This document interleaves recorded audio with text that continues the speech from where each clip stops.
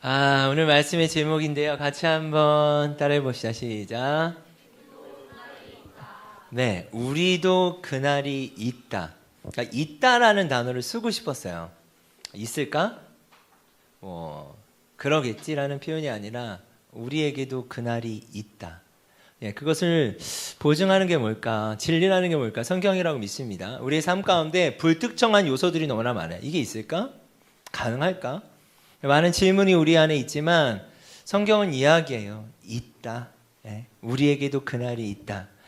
특별히 오늘은 이번 주가 빌립보서 2장 우리 넘어가고 있는데 2장 말씀을 중심으로 함께 보겠습니다. 여러분 이게 무슨 사진인지 아시죠? 엎드린 무브먼트 계속 하고 계시나요? 예. 자고 일어나자마자 핸드폰 보지 말고 무릎을 꿇고 두 가지를 고백하는 거죠. 하나님, 오늘도 당신이 필요합니다. 두 번째는 오늘 하루 내가 아니라 주님이 주인 되어주시기 원합니다. 여러분 계속 우리 나아갈 수 있었으면 좋겠습니다. 저번 주 설교 요약이죠. 여호수아의 마지막 고별 설교를 통해서 우리에게 들려줬던 이야기, 우리 같이 한번 읽어보겠습니다. 멈추고 뒤돌아 바라봐라. 그리고 믿어도 된다. 선택해도 충분하다. 여러분 왜 그럴까요? 뒤돌아보고 나서 선택하셔도 돼요. 뒤돌아보고 나서 믿으셔도 돼요. 예, 하나님께서 우리에게 믿음을 강요하시는 분이 아니죠. 우리 저번 주 말씀처럼 하나님 우리에게 너무나 신실하셨어요. 여호수아가 이야기했던 것은 무엇입니까? 그들의 조상부터 시작해서 하나님이 어떠한 하나님이었는지, 우리 민족에게 하나님이 어떠한 하나님이었는지 그것을 쭉 나열하면서 백성들을 향해 이렇게 이야기하잖아요. 이제는 너희가 선택해라. 오늘 선택해라. 나와 내 집은 오직 여호와만을 섬기겠다. 여러분 오늘도 이 예배가 선택한 예배라고 저는 믿습니다. 여러분 그냥 반복적으로 습관적으로 올 수도 있겠지만 내가 오늘 하나님을 선택하는 예배가 되길 소망합니다. 아멘. 네, 그래도 충분해요. 왜? 하나님은 우리 가운데 너무 신실하셨기 때문입니다. 우리가 여러분 경주마가 어떻게 달리는지 보신 적 있어요? 네, 이게 눈을 가려요. 네, 경주마를 이렇게 한번 보시면 이렇게 눈을 가려요. 양쪽에 가리개로. 왜 가릴까요? 옆도 보지 말고 뒤도 보지 말고 달리기만 하라는 거예요. 채찍을 가하죠. 여러분 우리가 우리 일상이요 참 경주마처럼 달려야 된다고 하는 것을 요구받는 시대일 수도 있어요. 안 그러면 뒤처질 것 같고. 여러분 근데 은혜라는 단어를 언제 느낄 수 있을까요? 뒤돌아볼 때 저는 느낄 수 있는 것 같아요. 지금 이 순간에서 또 뒤돌아보면 하나님의 은혜가 아니었다면 한 주를 살아갈 수 없죠. 우리가 그 은혜를 고백할 수 있는 예배였으면 좋겠어요. 오늘도 우리의 필요를 구하는 기도를 하는 것이 잘못된 것은 아니지만 우리의 필요가 있죠. 그러나 그 필요가 없다 해도 그것이 이루어지지 않는다 해도 우리가 앞으로 나아갈 수 있는 힘과 원천이 어디 있겠습니까? 뒤돌아봤을 때 하나님이 어떤 하나님이셨냐는 거예요. 우리가 그 사실을 부인할 수 없다면, 그 믿음 안에 우리가 있다면 오늘도 이번 주도 우리가 삶을 살아갈 수 있다고 저는 믿습니다. 그 하나님을 선택할 수 있었으면 좋겠어요. 여러분 빌립보서죠. 그래서 이제 빌립보서 우리 묵상 나아가고 있는데 여러분 잘 아시는 것처럼 또 모르는 친구들도 있지만 빌립보서는 옥중서신이에요. 그러니까 감옥에서 쓰여진 편지라고 생각하면 됩니다. 바울이 감옥에서 편지를 쓰는 거예요. 특별히 두 가지의 일들이 있겠죠. 내부의 분열이 있지 않겠습니까? 그로 말미암아 더하여서 또 외부적으로는 핍박이 있지 않겠어요? 이 두 가지를 좀 생각했으면 좋겠어요. 내부적인 분열과 외부적인 핍박 가운데 바울이 무엇을 이야기하는 것일까? 여러분 계속 묵상 가운데 나아갔으면 좋겠고요. 빌립보라는 지역이 제2의 로마라고 불릴 정도로 상당히 좀 특별했다고 봐야 돼요. 화려하기도 했고 그들 안에 특권의식이 있었어요. 로마 시민권 자체가 그런 역할들을 했고 문화가 좀 발달됐죠. 저는 이런 주제를 좀 던지고 싶습니다. 같이 한번 읽어보겠습니다. 그리스도인은 세상 속에서 세상과 어떻게 구분이 되어지는가? 그 기준이 되는 것은 무엇인가? 특별히 2장 5절부터 16절인가요? 이 말씀을 중심으로 해서 바울이 우리에게 이야기하는 게 뭘까? 그런 화려한 도시 가운데 본인은 감옥에 갇혀 있지만 그리스도인들이 세상과 구별되어서 어떻게 살아가야 되는 것인가? 그렇다면 구별이 된다고 했을 때 기준은 무엇인가에 대해서 저는 이야기하고 있다고 생각해요. 중심되는 구절은요, 저는 2장 5절로 잡았습니다. 같이 한번 읽어보겠습니다. 여러분 안에 이 마음을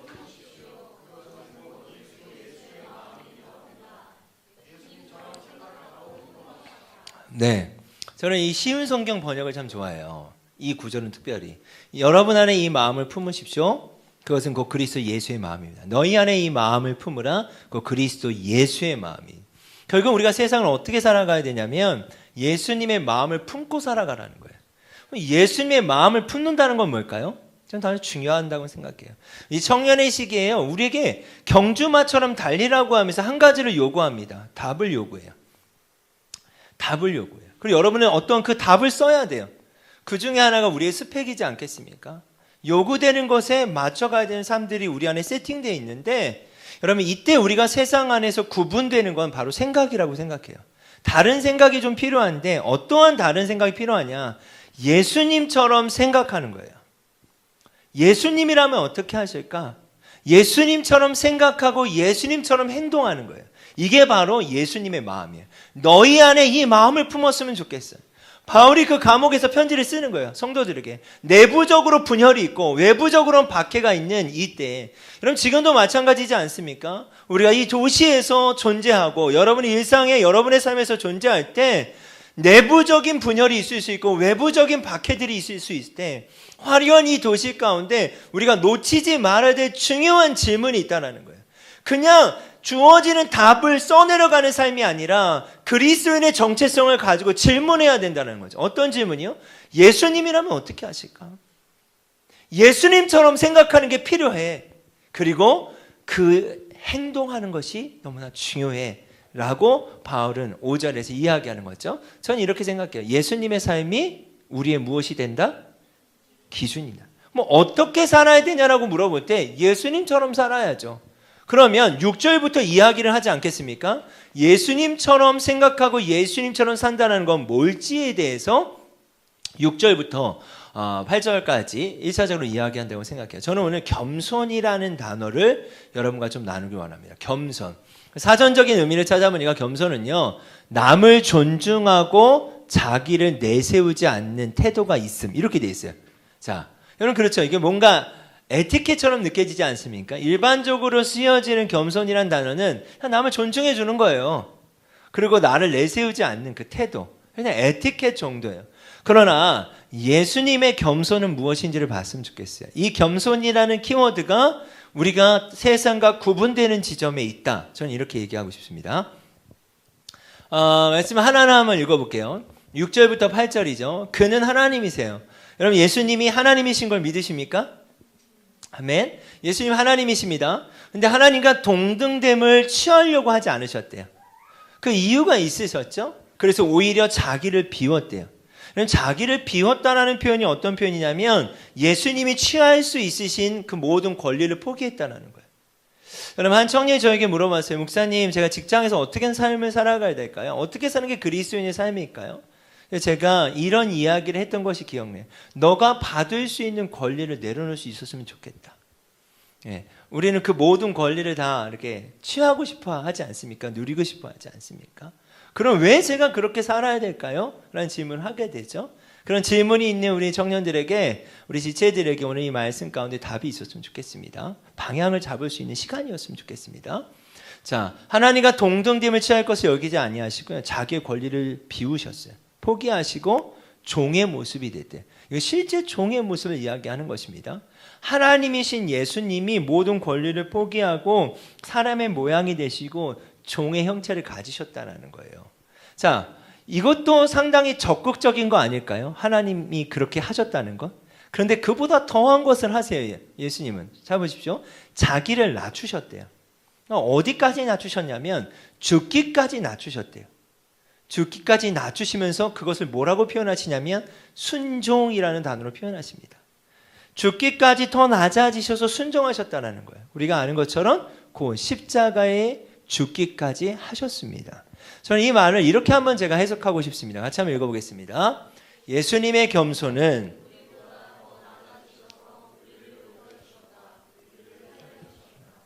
예수님의 겸손은요, 기준이 좀 다릅니다. 예를 들어서 우리가 그냥 겸손이라는 단어를 쓰는 것처럼 그냥 매너처럼 내 기준에서 낮아질 수 있어요. 예를 들면 여기 어떤 사람이 있는데 우리가 어떤 사람을 만날 때 그 사람과 함께 할 때 우리가 그리스도인이라고 생각하고 그래 내 기준에서는 마음에 들지 않지만 이 사람을 존중하고 나를 내세우지 않는 태도를 취할 수 있죠. 그걸 때로는 겸손이라고 이야기할 수 있어요. 내 기준보다는 낮아졌을 수 있어요. 그런데 제 경험상 이 일이 무엇을 만들어내는 줄 아십니까?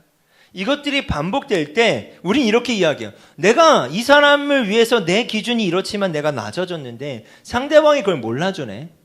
난 이렇게 낮아졌는데 쟤는 왜 그걸 몰라주지? 왜 그걸 이해하지 못하지? 내 자랑이 될 때가 있고 내 의가 될 때가 있는 거예요. 근데 예수님의 겸손은 어떤 겸손인지 아십니까? 우리보다 더 낮아지신 거예요. 하나님이신 예수님이 그 모든 권리를 포기하시고 우리보다 더 낮아지시는 거예요. 이걸 저는 이렇게 표현하고 싶어요. 상대방보다 더 낮아지신 거예요. 인간인, 죄인 덩어리인 우리보다 더 낮아지신 거예요. 자, 이게 가능했던 것은 뭘까요? 제가 엎드림이라는 설교를 할 때 이 표현을 좀 썼습니다. 예수님께서도 뜻이 있고 순종해야 될 그 목적이 있으셨죠? 근데 이렇게 표현하세요. 이 쓴 잔을 내게서 옮길 수 있으면 옮겨주십시오. 그러나 내 뜻대로 마옵시고 아버지의 뜻대로 되길 원합니다. 예수님의 뜻에는 이 정도 그런 수준이 아닌 거예요. 아버지의 뜻이 있었다라는 거예요. 근데 이 표현을 보세요. 그때 천사가 하늘로부터 그에게 나타나서 힘을 붙돋아 드렸다. 다시 말하면 예수님이 그렇게 기도하실 때 내 뜻대로 마음씨고 아버지 뜻대로 되길 원한다고 기도할 때 순종할 수 있는 힘을 하나님이 허락하신 거죠. 여러분, 우리가 순종할 수 있는 힘이 있어서 순종하는 것이 아니라 내 뜻이 아니라 아버지의 뜻을 구할 때 그 아버지의 뜻을 구하는 우리에게 순종할 수 있는 힘을 주신다는 것입니다. 그럼 믿으십니까? 예수님이 죄인인 우리보다 더 낮아지실 수 있었던 것은, 십자가에 죽으실 수 있었던 것은요, 순종할 수 있었던 이유는 함께 하셨던 은혜와 그 기도가 있었다라고 저는 믿습니다. 동일하게 우리가 이 기도, 우리가 엎드림의 시즌이지 않습니까? 이 기도를 놓치지 않았으면 좋겠어요. 우리는 상대방보다 낮아질 수 없어요. 그러나 기도는 그것을 순종케 한다는 겁니다. 우리의 생각 가운데 우리는 할 수 없어, 왜 그래야 돼가 아니라 기도 가운데 그것을 순종할 수 있는 경험들이 우리 안에 쌓일 수 있었으면 좋겠습니다. 아멘. 자, 이것을 다른 말로는요, 성육신 하셨다라고 표현해요. 여러분, 성육신은 뭐예요? 예수님이 육신이 되신 거예요. 하나님이신 예수님이요, 종이 되셨어요. 사람이 되셨어요. 성육신 하신 거예요. 그걸 성육신이라고 그래요. 자, 그렇다면 이것을 우리에게 어떻게 적용해야 될까요? 우리는 작은 예수가 되는 거예요. 예수님을 대신해서 사는 거예요. 겸손이라는 이 단어가 이제는 우리에게 적용되어서 우리의 일상 가운데 어떻게 살아야 된다는 거예요? 예수님처럼 생각하고 예수님처럼 행동하래요. 예수님처럼 어떻게 생각해야 돼요? 상대방보다 낮아지는 거예요. 내 기준에서 낮아지고 이 정도 했으면 됐다라고 끝내버리는 게 믿음이 아니라 상대방보다 더 낮아져서 상대방을 높여주고 상대방을 살려주는 거예요.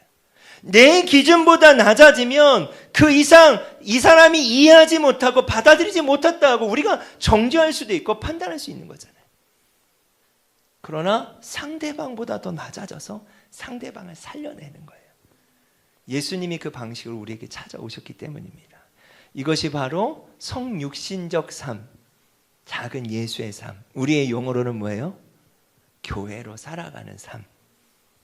그러면 쉽지 않은 거죠. 기준의 변화라는 것. 내 기준에서 낮아지는 것도 쉽지 않은데 상대방보다 더 낮아지는 것은요, 정말 쉽지 않다고 저는 생각해요. 10절과 11절을 읽을 때 제 마음에 너무나 큰 감동이 있었어요. 같이 한번 읽겠습니다. 하늘과 땅 위, 땅 아래에 있는 모든 만물이 예수 그리스도 앞에 무릎을 꿇고 예수 그리스도는 주님이심을 선포하며 하나님 아버지께 영광을 돌릴 것입니다. 여러분, 겸손이란 단어를 우리가 5절부터 쭉 지금까지 봤을 때 계속 내려가는 거잖아요.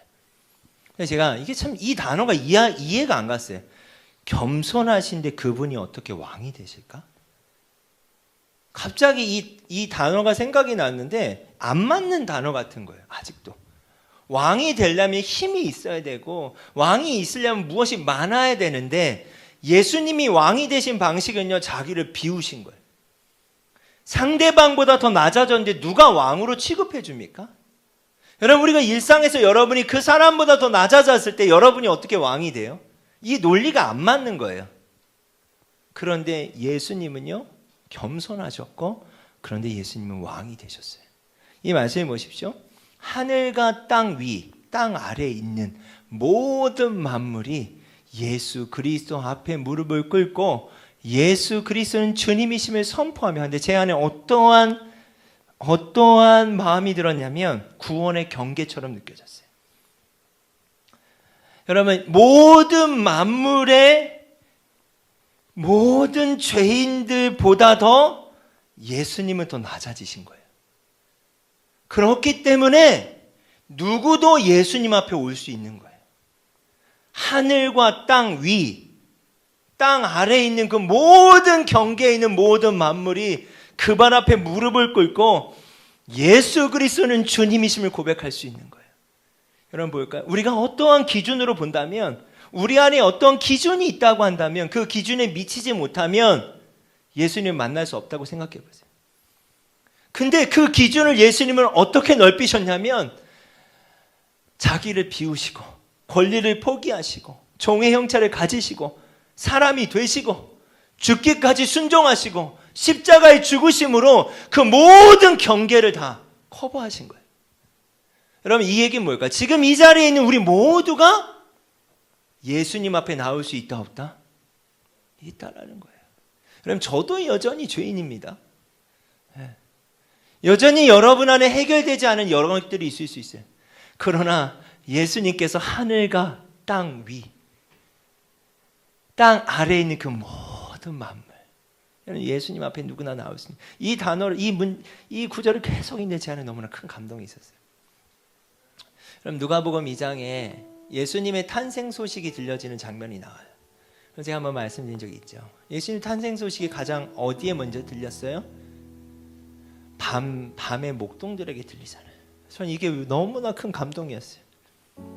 왜냐하면 그 당시에 성전에 예수님의 탄생 소식이 들리지 않았어요.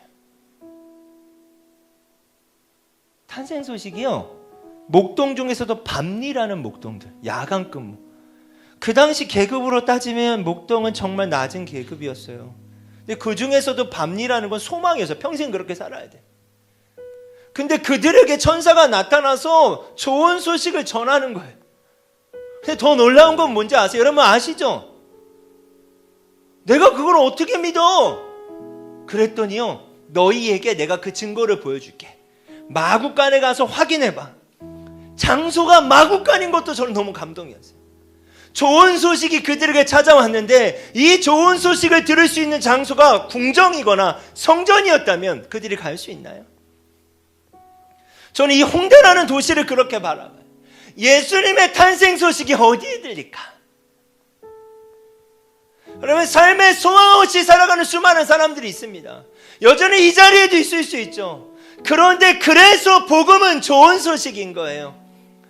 너희 안에 이 마음을 품으라. 그 그리스도 예수의 마음이니 그는 근본 하나님의 본체시나 동등됨을 취할 것으로 여기지 아니하고 종의 형체를 가지시고 사람의 모양으로 나타나셨으며 죽기까지 순종하심으로 십자가에 죽으심으로 그 사랑을 확증하셨다 하셨어요. 하늘과 땅 위, 땅 아래에 있는 모든 만물이 예수 그리스도는 주님이심을 선포할 수 있게 하신 거예요. 우리가 여호수아서를 마치지 않았습니까? 제가 구체적으로 설교할 수는 없었어요. 이 너무 책이 크니까. 근데 저는 기생 라합 사건이 너무 저에게 특별해요. 너무 충격이었어요. 기생인데 어떻게 그 여인의 입술에서 하나님에 대한 이야기가 나올 수 있지? 이게 선입견인 거예요. 너무나 구체적으로 하나님이 누구신지를 이 기생 라합은 고백했잖아요. 약속의 땅에서 가장 먼저 구원받을 것을 약속받지 않습니까? 그리고 제가 충격을 받았어요. 내 안에 선입견이 많이 깨졌다고 했지만 아직도 멀었구나. 여러분, 우리의 주변 가운데, 우리 주변의 사람들 가운데, 여러분 이 도시 가운데 여러 모양으로 삶에 살아가는 존재 양식들이 있습니다. 그러나 우리의 문화권이라는 그 눈을 가지고 우리가 판단할 수 있잖아요. 저 사람들이 어떻게 예수님을 알까? 저 사람들이 어떻게 예수님을 알까? 제가 이번 주에 어제 새벽에 한 형제, 술 취한 형제하고 이야기를 하는데 이 형제가 좀 깊이 있는 대화를 하게 됐어요. 그리고 이 친구의 얘기를 들어주다가 제가 이런 얘기를 했어요. 지금 이럴지라도 너의 모습이 그렇지만 그럼에도 예수님은 너 너무 사랑해. 그리고 이 친구의 손을 꽉 잡아줬어요. 그리고 제가 이 형제니까 가슴에 손을 얹고 예수님이 널 너무나 사랑해. 근데 이 친구가 갑자기 무너져 내린 거예요. 와르르 무너져 내린 거예요. 그럼 막 오열을 하는 거예요. 그래서 제가 의자를 옮기고 한쪽에서 좀 마음을 예수님 안에서 확인했으면 좋겠다. 30분 정도 지났나요? 친구들을 먼저 보내고 그 30분이라는 시간 가까이 이 친구가 혼자 이렇게 울면서 뭔가 마음을 주시더니 저를 이렇게 안아주더라고요. 목사님 감사해요. 여러분 전 전에는 클럽에 이렇게 와서 놀고 방탕한 생활이라고 했던 이 저의 어떤 사고방식 안에 그들의 입술에서 신앙의 고백이 나올 거라는 건 상상하지 못했어요. 여러분 하늘과 땅 위, 땅 아래에 있는 모든 만물이에요. 구원의 경계라고 하는 건 우리가 판단할 수 없다고 생각해요. 어떻게 해야 돼? 여러분 이런 게 어디 있습니까? 그렇게 하지 않으면 예수님 못 믿어가 아니라 그것을 덮고도 더 덮으시는 예수님의 사랑이 바로 겸손이라는 단어 안에 들어있는 거예요. 제가 생각할 때 그 기생람, 제가 생각할 때 목동들, 그런데 예수님은 그들보다 더 낮아졌어요. 근데 내가 그들보다 더 낮아지지 못하고 있는 거예요. 내 사고와 나의 한계와 나의 습관이 그들보다 낮아지지 못하는 거더라고요. 여전히 매주 거리에 나가지만 여전히 거리에 나가면서 아직도 그들보다 낮아지지 못하는 거다. 근데 예수님은 그들보다 이미 벌써 낮아지셨어요. 그것이 저를 너무 깜짝 놀라게 했어요. 이 말씀 다시 읽는데 하늘과 땅 위, 땅 아래에 있는 모든 만물 안에 안 들어가는 게 뭐가 있겠어요? 예수 그리스도 앞에 무릎을 꿇고 예수 그리스도는 주님이심을 선포하며 하나님 아버지께 영광을 돌릴 것입니다. 여러분 믿으십니까? 그 모든 만물 안에 여러분이 있음도 아시죠? 아멘. 우리 공부가 피곤할 텐데 지금 5주째 연속 왔니? 4주 됐니? 진짜 대구에서 저는 처음에 믿지 않았습니다. 공부에게 하나님의 복음이 임할 수 있을까? 이렇게 가은아지 복장을 하고 늘 클럽에서 나오니까. 그런데 여전히 공부의 입술 가운데 예수님에 대한 고백이 있는 거예요. 제가 몇 주 전에 공부한테 기도를 한번 시켰어요. 우리 리얼라의 사역을 마무리하면서 마무리 기도를 시켰는데 제가 그때 너무나 감동을 받았어요. 공부의 입술 가운데 예수님에 대한 고백이 있는 거예요. 그렇게 생각하지 못했던 제가 회개해야 될 일이죠. 그치 공부야? 내가 대구에 살잖아? 너처럼? 뭐다 나는. 공부에 어떤 하나님이 공부 안에 주시는 믿음이 있지 않겠습니까? 그래서 이 말이 이해가 돼요. 겸손의 왕. 너무 감사한 거예요. 이 말이 예수님이 겸손의 왕이셔서 너무 감사한 거예요. 그분은 진짜 왕이 돼주셨어요.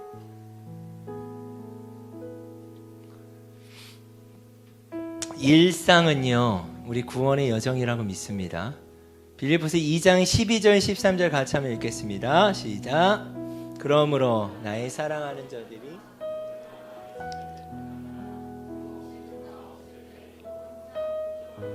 두렵고 떨림으로 너희 구원을 이루라.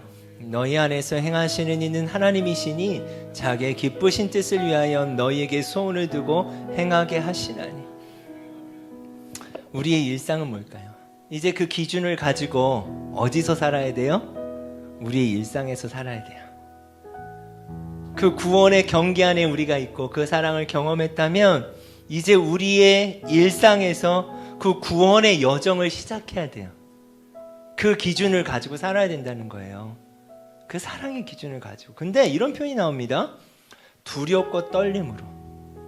이건 하나님을 경외한다라는 표현이에요.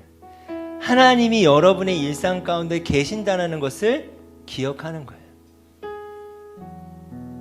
저는 잊어질 수가 없어요. 우리 한경이가 그랬잖아요. 클럽을 갔는데 그곳에서도 하나님이 계신다. 이게 나는 충격받는 거예요. 한 남자애가 그랬대요. 넌 여기 오지 마. 처음 보는 애가. 그러고 와서 저한테 그래요. 목사님, 제가 사실은 몰래 클럽을 갔는데 그 남자애가 나한테 그랬어요. 너는 그러지 말라. 여러분, 우리의 경계가 허물해진다고 저는 믿어요. 여전히 연약하고 여전히 넘어질 수 있죠. 근데 이제 기억해야 돼. 한강 이제 기억해야 돼. 두렵고 떨림으로 하나님이 계신다는 것을. 근데 그걸 불안해하지 말라는 거예요.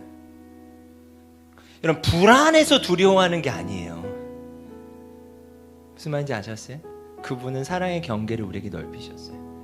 그러나 두렵고 떨림이라는 건 하나님이 계심에 대한 두려움과 또 하나님을 사모하는 떨림의 긴장감이라고 생각해요. 그 긴장감이 우리의 일상 가운데 있어야 된다는 거예요. 두렵고 떨림으로 너희 구원을 이루래요. 그럼 너희 구원을 어떻게 이룰까요? 자기 기쁘신 뜻을 위하여 너희에게 소원을 두고 행하신다는 거예요. 자, 이게 무슨 말일까? 여러분, 제가 이걸 좀 설명하길 원하는데, 쉬운 성경을 보면 하나님께서 여러분 안에서 하나님이 기뻐하시는 일을 할 수 있도록 돕고 계신다는 거예요. 하나님은 하나님이 기뻐하시는 일이 있대요. 선한 일, 기뻐하시는 일, 착한 일이 있어요. 근데 이것을 하나님은 할 수 있도록 도와주신대요. 근데 그 선한 일이 무엇인지에 대해서는 하나님이 인격적이셔서 어떻게 해요? 너희에게 소원을 두게 하신다는 거예요. 자, 그것의 증거가 뭐냐면 여러분 안에 계신 성령님이에요. 여러분, 우리 직업이 다 다르잖아요. 요즘 내가 데이터 형제를 위해서 기도하고 있어요. 우리 대인을 위해서 기도하고 있어요. 네. 왜 우리가 다 각자 다른 일들을 할까요? 마음에 소원을 두게 하시는 거예요.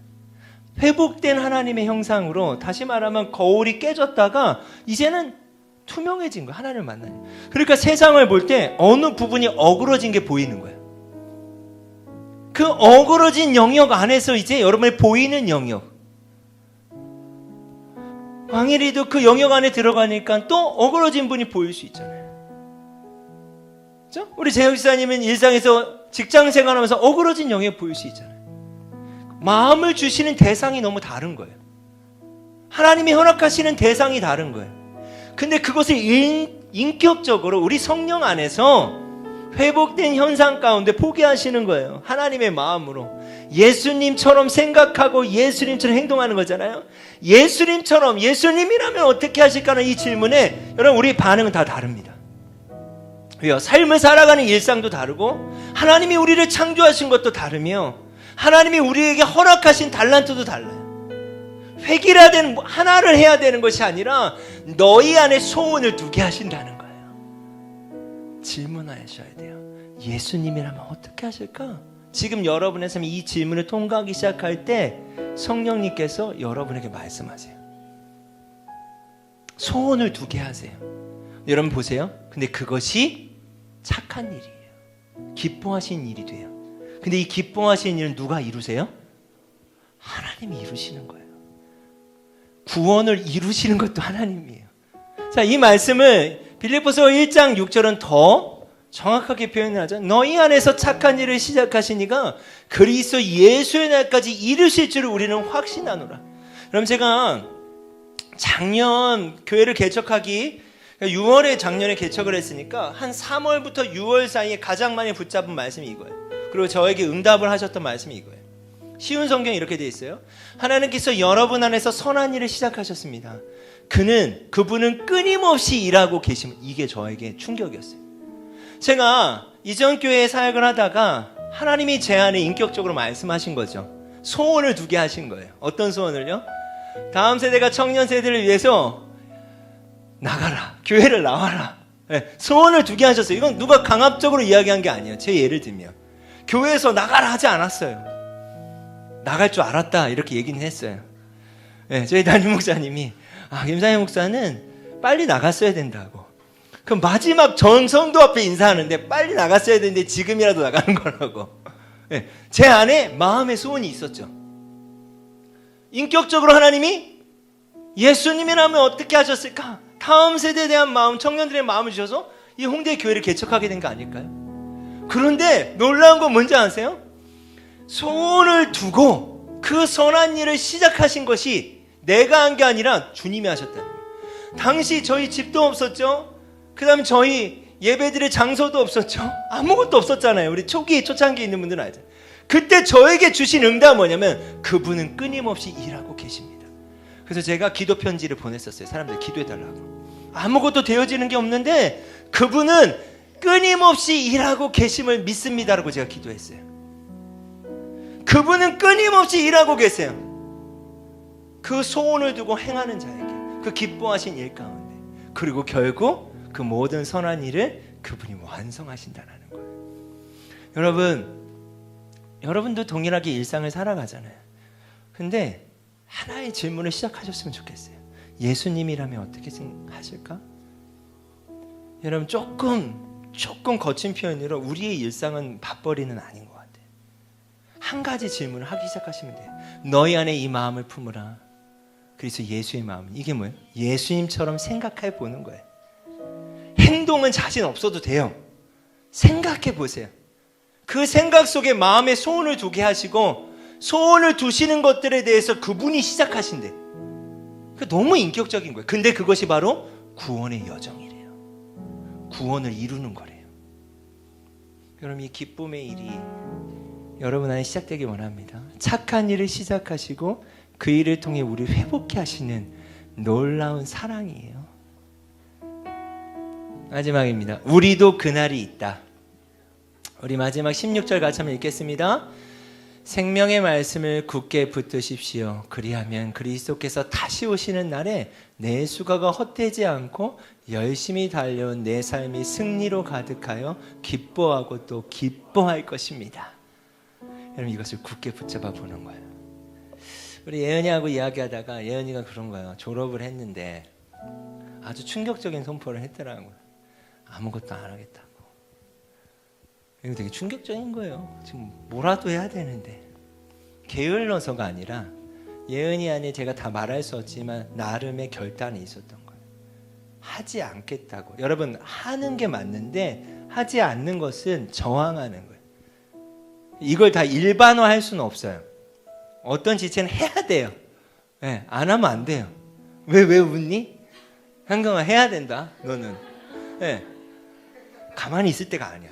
여러분, 어떤 지체는 가만히 있지만 어떤 사람은 해야 돼요. 저도 해야 돼요. 형신이도 해야 될 때다 너도. 네. 그런데 이때 중요한 건 뭘까요? 말씀을 붙잡는 거예요. 이걸 놓치면 길을 잃겠죠.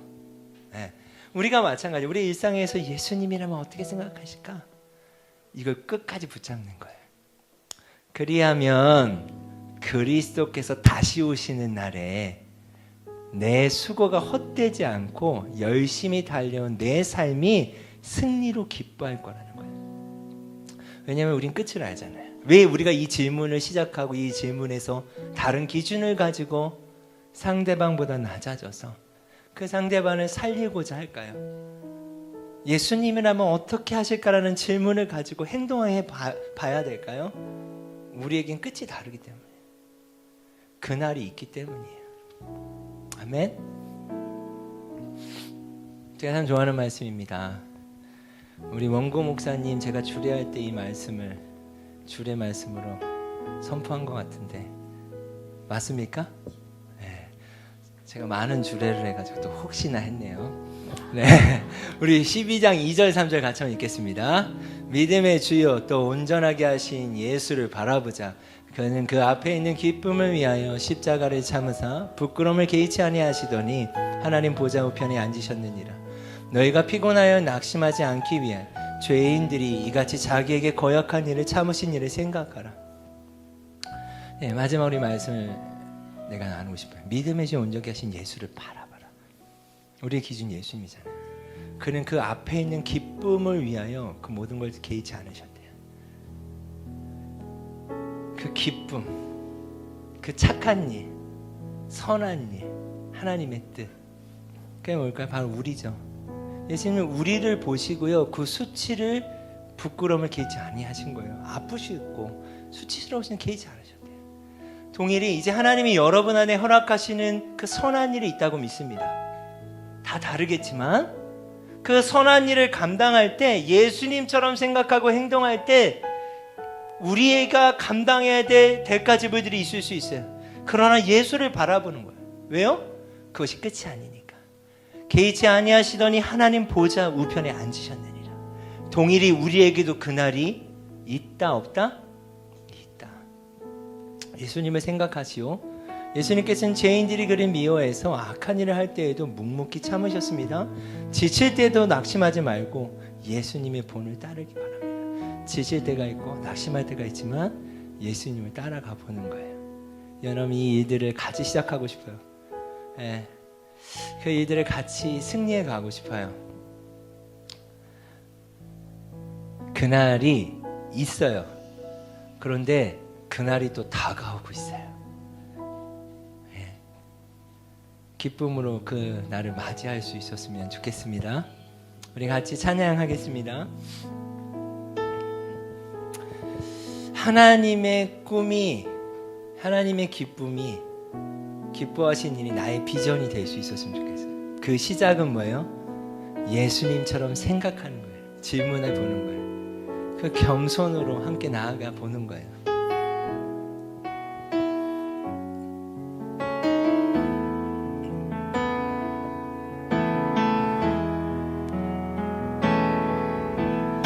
이 세상을 살아가는 동안에 나의 힘을 의지할 수 없으니 기도하고 낙심하지 말 것은 주께서 참 소망이 되심이라. 하나님의 꿈이 나의 비전이 되고 예수님의 성품이 나의 인격이 되고 성령님의 권능이 나의 능력이 되길 원하고 바라고 기도합니다. 이 세상을 살아가는 동안에 나의 힘을 의지할 수 없으니 기도하고 낙심하지 말 것은 주께서 참 소망이 되심이라. 하나님의 꿈이 나의 비전이 되고 예수님의 성품이 나의 인격이 되고 성령님의 권능이 나의 능력이 되길 원하고 바라고 기도합니다. 이 세상을 살아가는 동안에 나의 힘을 의지할 수 없으니 기도하고 낙심하지 말 것은 주께서 참 소망이 되심이라. 주의 길을 걸어가는 동안에 세상에 거두지 피할 수 없으니 감사하고 낙심하지 말 것은 주께서 참 기쁨이 되시니 하나님의 꿈이 네, 그러고 싶습니다. 나의 비전이 되고 예수님의 성품이 나의 인격이 되고 성령님의 권능이 나의 능력이 되기 원하고 바라고 기도 하나님의 꿈이 나의 비전이 되고 하나님의 꿈이 나의 비전이 되고 예수님의 성품이 나의 인격이 되고 성령님의 권능이 나의 능력이 되기 원하고 바라고 기도합니다.